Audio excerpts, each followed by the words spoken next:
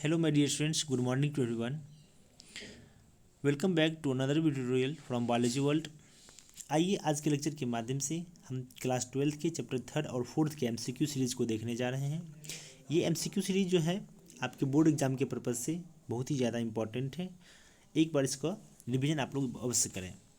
The first question is testis descent into scrotum in mammals for which as you know that testes are present inside scrotum and the temperature of scrotum is 2 to 2.5 degrees Celsius less than normal body temperature. There is for spermatogenesis process. The second question is Sertoli cell. Sertoli cells are regulated by which pituitary hormone?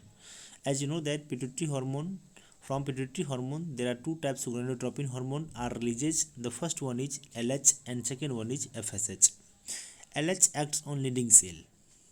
LH acts on leading cell while FSH acts on Sertoli cell. These two cells are present inside testis. As you know that leading cells produces a hormone that is known as androgen hormone, and this androgen hormone controls the process of spermatogenesis, while Sertoli cell is regulated by FSH hormone, and this Sertoli cell provides nutrition to the developing sperm. Therefore, the answer is FSH. The third question is seminal plasma in human is rich in. Seminal plasma जो होता है वो उसमें कौन सा इसमें से जो कंपोनेंट होता है वो उसमें से रिच होता है। तो इसमें से जो इसका सही आंसर है, डायरेक्ट सही आंसर पर हम लोग आते हैं, जो फ्रक्टोज है। इसमें फ्रक्टोज पाया जाता है, उसके बाद कैल्शियम और कुछ एंजाइम्स भी पाए जाते हैं। क्वेश्चन फोर कहता है कि the process of releasing of sperms from seminiferous tubules that is called as. ध्यान रखिएगा कि टेस्टिस की यदि हम बात कर लें तो जनरली ये ओवल शेप में होता है, और इस टेस्टिस के इनसाइड में ढेर सारे छोटे छोटे चैम्बर्स होते हैं that is called as testicular lobules, and each testicular lobules contains 1 to 3 highly coiled tubules that is known as seminiferous tubules. Inside seminiferous tubules the process of spermatogenesis occurs. It means जो sperm बनने का process होता है वो seminiferous tubules के inside में होता है, और यहाँ से स्पर्म का रिलीज होना है ना, यहाँ से स्पर्म का रिलीज होना, this process is known as spermiation. वाइल यदि हम बात कर लें कि टेस्टिस से जो स्पर्म का फॉर्मेशन होता है, उस स्पर्म के फॉर्मेशन में जो एक स्टेप आता है स्पर्मेटिड्स, उस स्पर्मेटिड्स का कन्वर्ट होना किसमें, उस स्पर्मेटिड्स का कन्वर्ट होना स्पर्म में, that is known as spermiogenesis. While the spermatogenesis process, as you know that spermatogenesis process is the formation of sperm, while spermiogenesis is the process of conversion of sperm from spermatids, and spermation is the process by which sperms are released outside the testis. आइए हम लोग next question पर चलते हैं। The next question is in main vast difference emerges from. As you know that testis, outer parts of testis is called as epididymis, and you know that the lower part of epididymis is called as caput epididymis. Caput epididymis से ही एक क्या होता है, एक large vessels निकलता है, this vessels is known as vas deferens. तो vas deferens होता है जो टेस्टिस के लोअर पार्ट्स होते हैं वहीं से इमर्ज होते हैं। The next question is in men the sperms are stored and nourished. Men में क्या होता है, ह्यूमन में स्पर्म का स्टोरेज कहाँ होता है? तो आप जानते हैं कि टेस्टिस जो होता है इसके आउटर साइड में एक पार्ट्स होता है that is known as epididymis. This part is known as epididymis. इसी एपिडिडाइमिस के पार्ट्स में क्या होता है, इसमें हाईली कॉइल्ड ट्यूबुल्स होते हैं in which sperms are stored and nourished. That's why the answer is epididymis. The next question is question number 7. Hormone secreting cells in the testes are. बोला जा रहा है कि हार्मोन जो होता है, ऐसे कौन से सेल हैं टेस्टिस के जिसके माध्यम से हार्मोन का सेक्रेशन होता है। जो मैंने आपको पहले क्वेश्चन में ही बताया था कि जो लीडिंग सेल होता है, लीडिंग सेल पर जब LH हार्मोन एक्ट करता है When LH hormone acts on Leydig cell, then Leydig cell produces a hormone that is known as androgen. And this hormone regulates the process of spermatogenesis inside the testes. That's why its answer is Leydig cell. pH of semen, as you know that pH of semen is 7.3 to 7.5. Question number 9. Which one is primary sex organ? As you know that testis is male primary sex organ, while ovary is female primary sex organ. Next question number 10. Which is absent in male? पूछा जा रहा है कि इनमें से कौन सा gland है जो कि मेल में एब्सेंट होता है. ठीक है, तो ह्यूमन में की यदि हम बात कर लें तो ह्यूमन में जो होता है 3 जो होते हैं मेल एसेसरी ग्लैंड्स होते हैं. उसमें से एक होता है बल्बोरेथर ग्लैंड्स, जिसे हम लोग कॉपर्स ग्लैंड के नाम से भी जानते हैं. सेकेंड होता है प्रोस्टेट ग्लैंड्स, जो कि आपको एक ट्रायंगल शेप में होता है. और यदि हम बात कर लें कॉपर्स ग्लैंड, तो यही ग्लैंड्स जो होते हैं बल्बोरेथर ग्लैंड्स को ही कॉपर ग्लैंड्स कहा जाता है. इसका मतलब है कि ये तीनों के तीनों जो ग्लैंड्स होते हैं वो ह्यूमन मेल में पाए जाते हैं. और यदि हम बात कर लें बी की बात कर लें तो बार्थोलिन ग्लैंड्स जो होता है फीमेल में पाया जाता है. That's why its answer is Bartholin gland. Question number 11 is secondary sexual characters in females developed in response to which hormone. यहाँ पूछा जा रहा है कि जो फीमेल में सेकेंडरी सेक्सुअल कैरेक्टर्स होते हैं उसका डेवलपमेंट जो होता है किस हार्मोन के रिस्पॉन्स में होता है. तो the hormone is oestrogen. When in any females estrogen is secreted, then in their body secondary sexual characters appear. Next question is question number 12. Question number 12 यदि हम बात करते हैं तो क्वेश्चन नंबर 12 बोलता है कि uterus endometrium increases in thickness in response to. पूछ रहा है कि इंडोमेट्रियम का जो थिकनेस होता है उसमें इंक्रीजमेंट देखने को मिलता है हमको किस हार्मोन के रिगार्डिंग. तो ये हार्मोन होता है estrogen hormone. That's why their answer is estrogen hormone. Next question number 13 is which part of ovary in mammals acts as an endocrinal glands. पूछ रहा है कि ओवरी का वह कौन सा पार्ट्स होता है जो कि एक एंडोक्राइन ग्लैंड के रूप में काम करता है आफ्टर ओवुलेशन. ओवुलेशन क्या होता है तो आप जानते हैं कि the process of releasing of ovum that is known as ovulation. तो ओवरी के इनसाइड में क्या होता है जो ग्रेफिन फॉलिकल्स होते हैं जब ये मैच्योर हो जाते हैं तो eight 14th day menstrual cycle की क्या होता है 14th डे क्या होता है ओवुलेशन होता है. क्या होता है ओवुलेशन होता है. और ओवुलेशन के बाद क्या होता है जो बचा हुआ फॉलिकल का पार्ट्स होता है ग्रेफिन फॉलिकल का जो पार्ट्स होता है that parts converts into corpus luteum. And this corpus luteum produces a hormone that is known as progesterone. And this progesterone hormone maintains the pregnancy after fertilization process. Therefore the answer is D.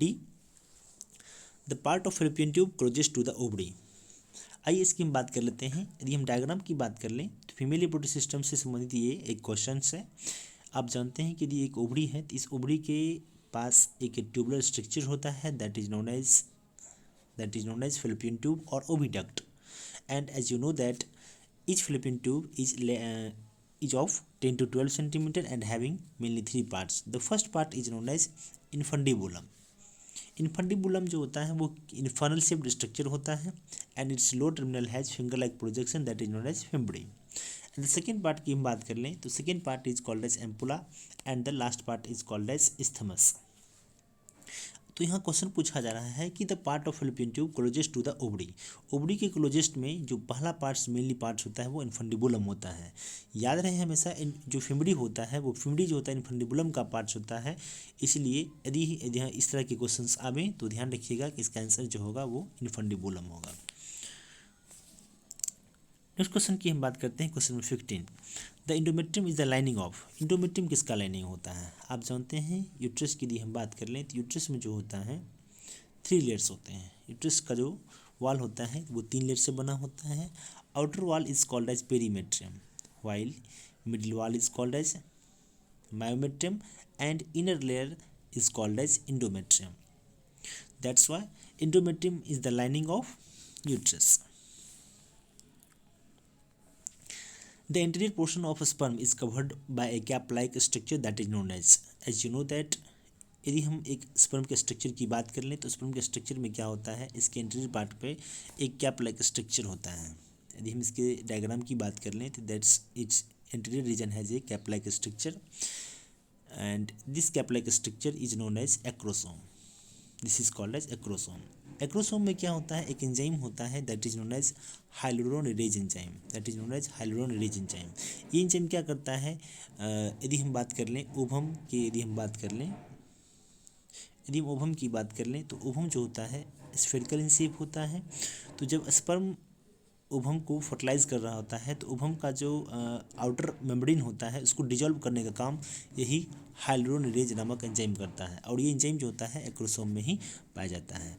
And this cap like structure is known as acrosome and this is modified Golgi body. Next question is related to the spermatogenesis. Question पूछा जा रहा है कि how many sperms will form from 4 primary spermatocytes. यदि हम एक primary spermatocytes की बात कर लें तो एक प्राइमरी स्पर्मेटोसाइट्स जब डिवाइड करता है तो उसके बाद क्या होता है कि 2 सेकेंडरी स्पर्मेटोसाइट्स का फॉर्मेशन होता है। और फर्दर यदि ये दोनों भी डिवाइड करता है तो अगेन क्या होता है, ये दोनों प्रत्येक अपने के माध्यम से डिवीजन के माध्यम से 2 स्पर्मेटोजेनेसिस का फॉर्मेशन करता है। इट मीन्स एक प्राइमरी स्पर्मेटोसाइट से क्या होता है 4 स्पर्मेटोजेनेसिस का फॉर्मेशन होता है। Further these 4 spermatids converts into 4 spermatozoa। ये चारों के चारों जो होते हैं प्रत्येक एक एक स्पर्म के रूप में डेवलप कर जाते हैं। That's why its answer is 16। Its answer is 16। The next question is how many ovum is produced from one primary oocyte। As you know that, आप जानते हो कि एक ओवरी जो होता है एक मंथ में क्या होता है एक, या फिर यदि हम बात कर लें फीमेल रिप्रोडक्टिव सिस्टम की बात कर लें तो एक फीमेल रिप्रोडक्टिव सिस्टम में 1 पेयर ऑफ ओवरी पाए जाते हैं। लेकिन एक्चुअली होता क्या है कि पर मेंस्ट्रुअल साइकिल के माध्यम से सिंगल ओवम का फॉर्मेशन होता है। सिंगल ओवम का यदि फॉर्मेशन होता है और इस बात को हम जानते हैं तो इसका मतलब है कि कितना भी प्राइमरी स्पर्मेटोसाइट्स क्यों ना हो, तो एक मेंस्ट्रुअल साइकिल में क्या होता है जनरली जो होते हैं जो प्राइमरी स्पर्मेटोसाइट इन्वॉल्व होते हैं उसके माध्यम से एक ही ओवम का फॉर्मेशन होता है। तो ये जनरल केसेस हैं। लेकिन बट कभी कभार क्या हो जाता है कि किसी भी मंथ में किसी ऐसा भी मंथ होता है जिस मंथ में एक ओवरी के माध्यम से या फिर दोनों ओवरी के माध्यम से एक एक ओवम का भी फॉर्मेशन हो जाता है। जनरली एक प्राइमरी स्पर्मेटोसाइट से जो होता है एक ही ओवम का फॉर्मेशन होता है, सिंगल ओवम का फॉर्मेशन होता है। क्वेश्चन 19 की बात कर लेते हैं। तो sperms produces an enzymatic substances for dissolving egg covering its is called as. मैंने अभी जस्ट बताया था कि एक्रोसोम में क्या होता है एक एंजाइम होता है that is known as hyaluronidase enzyme. This enzyme dissolves the outer membrane of ovum. Regulation of spermatogenesis is done by which hormone. आप जानते हो कि रेगुलेशन ऑफ स्पर्मेटोजेनेसिस की यदि बात कर लें तो डायरेक्ट यदि हम स्पर्मेटोजेनेसिस की बात कर लें तो इसका आंसर जो होगा वो एंड्रोजन हार्मोन होगा। हालांकि इस प्रोसेस में जो होते हैं इस प्रोसेस को इनिशियली रूप से स्टिमुलेट करने का काम एलएच करते हैं, बट यदि हम बात कर लें तो मेनली इसका जो आंसर होगा वो एंड्रोजन होगा। एक्चुअली होता है क्या है, इसका पूरा कॉन्सेप्ट क्या होता है इस बात को समझ लें। टेस्टिस के इनसाइड में लीडिंग सेल पाया जाता है और ये इस लीडिंग सेल पर जब ये एलएच हार्मोन एक्ट करता है तब ये लीडिंग सेल क्या करता है एक हार्मोन एंड्रोजन हार्मोन रिलीज करता है, और यही एंड्रोजन हार्मोन जो होता है स्पर्म बनने के प्रोसेस को रेगुलेट करता है। That's why its answer is androgen. आइए इस क्वेश्चन का कंसेप्ट मैंने आपको शुरुआत में ही बताया था कि conversion of spermatids into spermatozoa that is called as spermiogenesis. ध्यान रखिएगा, स्पर्मेटिड्स का स्पर्म के रूप में कन्वर्ट होना that is called as spermiogenesis. Question number 22, ये प्राइमरी स्पर्मेटोसाइट इज डिप्लॉयड। ये सही है, ध्यान रखिएगा। एक्चुअली क्या होता है कि जो प्राइमरी स्पर्मेटोसाइट्स होते हैं वो 2n सेट में होते हैं। इसके पास जो नंबर ऑफ क्रोमोसोम्स होता है वो 46 होता है। That's why this is diploid in nature.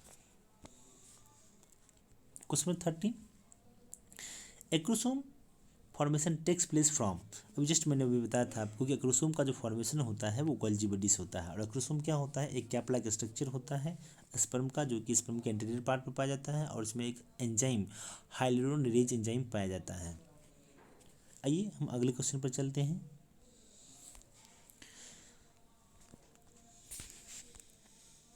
हालांकि जो हिंदी मीडियम का जो एमसीक्यू सीरीज है हम उसको भी लेकर आएंगे, ठीक है, हम उसको अगले दिन देखेंगे। आज के लिए इतना ही। ये आज के लिए केवल जो है हम इंग्लिश मीडियम का ही डील करवा रहे हैं, बट अगले दिन से जो है हम आपका हिंदी मीडियम का भी डील करवाना स्टार्ट कर दूंगा। आइए अब नेक्स्ट क्वेश्चन की भी हम बात कर लें। तो next question is question 25 sorry 25। Question 25 is question 25 is nourishment to the developing sperms is provided by. मैंने भी आपको बताया था इनिशियल फेज में, मैंने बताया था कि जो टेस्टिस होता है, इस टेस्टिस के इनसाइड में ढेर सारे चैम्बर होते हैं और इस चैम्बर को हम लोग क्या बोलते हैं, टेस्टिकुलर लोब्यूल्स बोलते हैं। इस लोब्यूल्स में क्या होता है कि दो तरह के सेल्स पाए जाते हैं, एक होता है जर्म सेल और एक होता है सर्टोली सेल। तो जर्म सेल जो होता है इससे क्या होता है, स्पर्म का फॉर्मेशन होता है, बट ये सर्टोली सेल होता है इस डेवलपिंग स्पर्म को न्यूट्रिशन देने का काम करता है। That's why its answer is Sertoli cell. अब आइए क्वेश्चन जो 26 है, ये बड़ा ही कॉन्सेप्चुअल क्वेश्चन है। क्यों है, मैं इसको थोड़ा सा कॉन्सेप्ट के माध्यम से इसको डील करता हूँ। ये क्वेश्चन ये कह रहा है कि the total number of eggs produced by a healthy human female during life time, यानी कि एक आम सामान्य जो महिला होती है अपने पूरे जीवन काल में कितने ओवम का फॉर्मेशन करती है, यही क्वेश्चन के माध्यम से पूछा जा रहा है। तो देखते हैं हम लोग। एक्चुअली हम जानते हैं कि एक कोई जो गर्ल्स जो होती है ना, इसीलिए यदि हम गर्ल्स की बात कर लें तो वो अपने उम्र के प्यूबर्टी वाली जो स्टेज होती है, उस प्यूबर्टी वाले स्टेज से क्या होती है, ओवम का प्रोडक्शन स्टार्ट करती है और वो मेंस्ट्रुअल साइकिल शो करती है।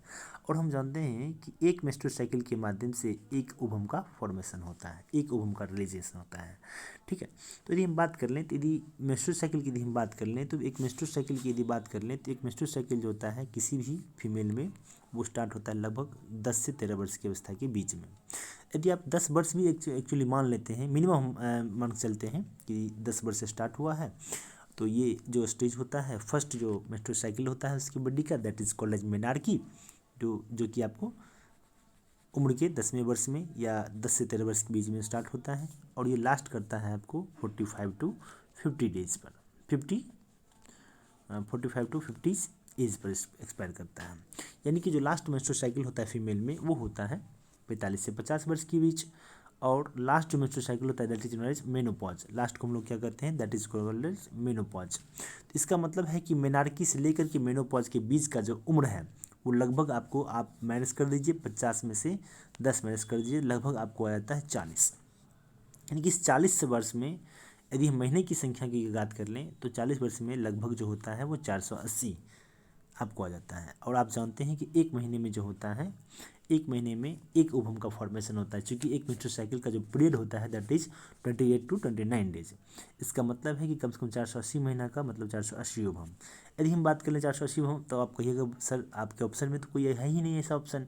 एक्चुअली होता क्या है कि यदि कोई फीमेल की हम बात करते हैं तो अपने लाइफ में, यदि वो अपने लाइफ में जो है 2 से 3 बेबी का भी प्रोडक्शन करता है, यदि उसके 2 से 3 संतान भी होते हैं, तो जब तक वो प्रेगनेंसी के स्टेज में है यानी कि 12 मंथ तक, और 12 मंथ के बाद भी 6 महीने तक उसमें क्या होता है, कोई नया मेंस्ट्रुअल साइकिल दिखता नहीं है। इसका मतलब है कि एक प्रेगनेंसी में कम से कम 12, 6, 18 ओवम को आपको मैनेज करना होगा। यदि इस तरह से वो मान लेते हैं कि 3-4 बच्चे को भी जन्म देती है, तो ऑन एवरेज लगभग आपको जो है 60 ओवम आपको माइनस करना होगा। तो एक रेंज आपको जो आ जाता है वो रेंज जो हो जाता है आपको वो 400 आ जाता है। हालांकि यदि हम रेंज की बात कर लें तो रेंज आपको जो 400 टू 500 आएगा, लेकिन ऑप्शन के अकॉर्डिंग यदि हम बात कर लें तो इसका जो सही आंसर होगा वो 400 ही होगा। आइए नेक्स्ट क्वेश्चन कहा जा रहा है कि after ovulation graafian follicle regresses into. जब ओवुलेशन हो जाता है तो ग्राफिन फॉलिकल जो होता है किस फॉर्म में डेवलप करता है।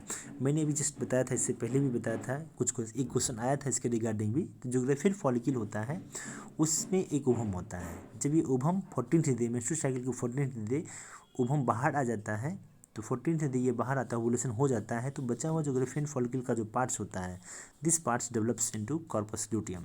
ये किस में डेवलप करता है, ये डेवलप करता है कॉर्पस ल्यूटियम में। And this corpus luteum is a temporary gland because क्योंकि ये क्या होता है कि प्रत्येक मेंस्ट्रुअल साइकिल के ड्यूरिंग बनता भी है और बिगड़ता भी है। देयरफॉर कॉर्पस ल्यूटियम जो होता है ये एक हार्मोन प्रोड्यूस करता है that is known as progesterone hormone, and this progesterone hormone maintains the pregnancy after fertilization. A method of fertilization. आइए अब हम यहाँ से जो क्वेश्चन स्टार्ट हो रहा है ये चैप्टर जो है 4th का है, रिप्रोडक्टिव हेल्थ का है। फर्टिलाइजेशन का जो मेथड है वो है ट्यूबेक्टोमी। एक्चुअली दो टाइप के होते हैं, एक होता है वासेक्टोमी। वासेक्टोमी जो होता है वो मेल में होता है, ट्यूबेक्टोमी जो होता है वो फीमेल में होता है। वासेक्टोमी में क्या होता है, जो फास्ट डिफरेंस होते हैं उस फास्ट डिफरेंस को कट करके दोनों तरफ बांध दिया जाता है। और ट्यूबेक्टोमी में क्या होता है, जो फिलिपिन ट्यूब्स होते हैं उस फिलिपिन ट्यूब्स को कट करके बांध दिया जाता है।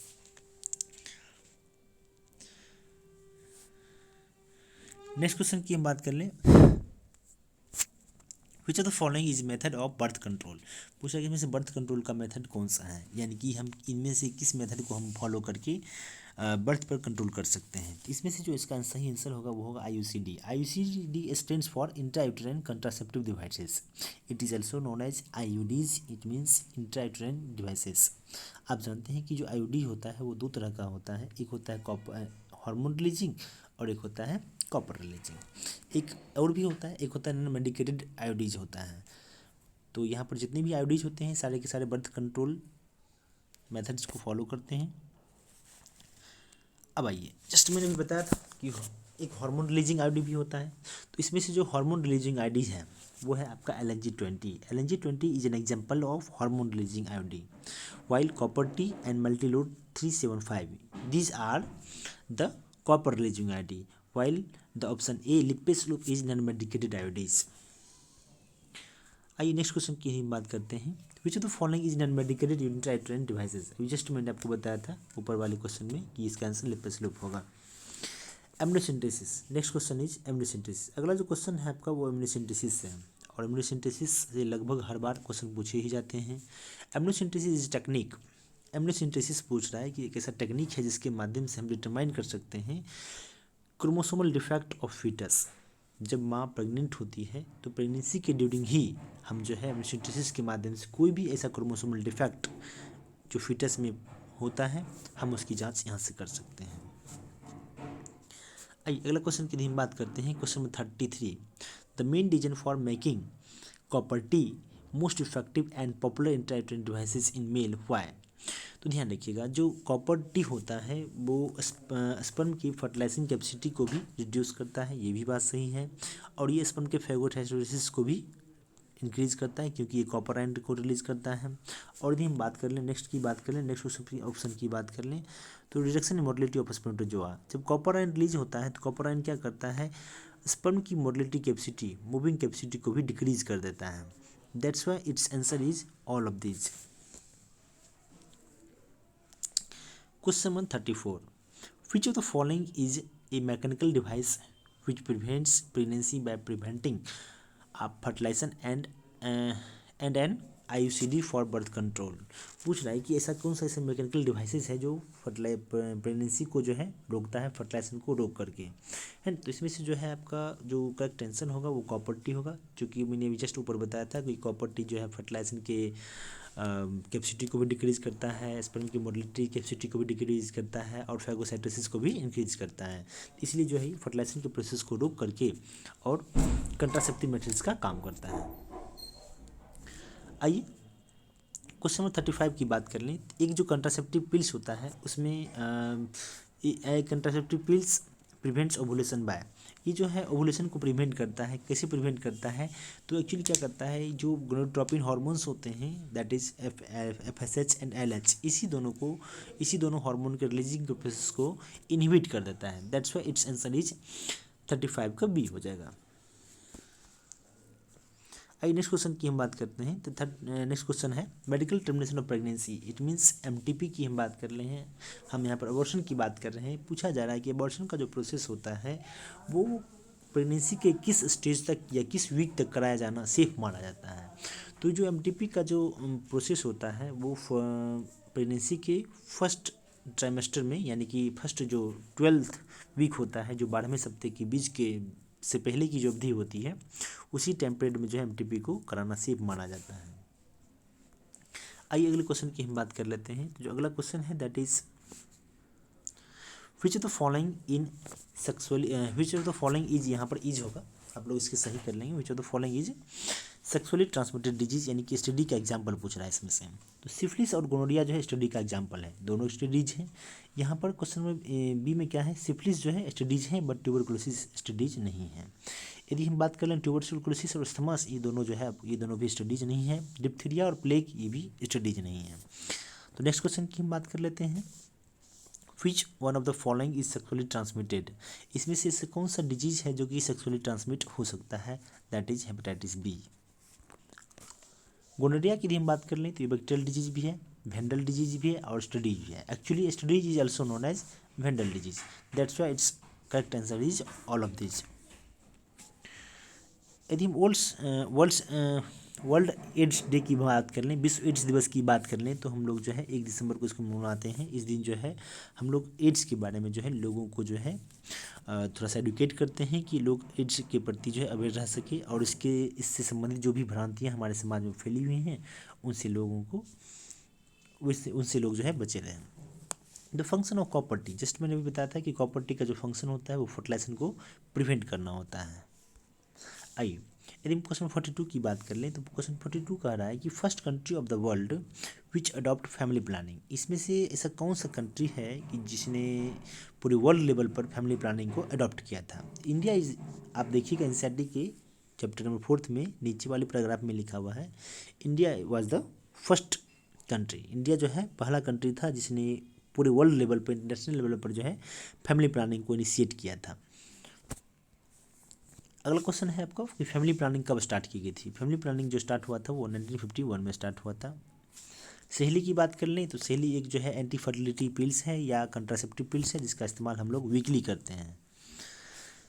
The last question is most important component of oral contraceptive method, oral contraceptive is, इसमें से पाया जाने वाला जो सबसे मोस्ट इंपॉर्टेंट कंपोनेंट है ओरल कंट्रासेप्टिव का वो है आपका प्रोजेस्टेरोन हार्मोन।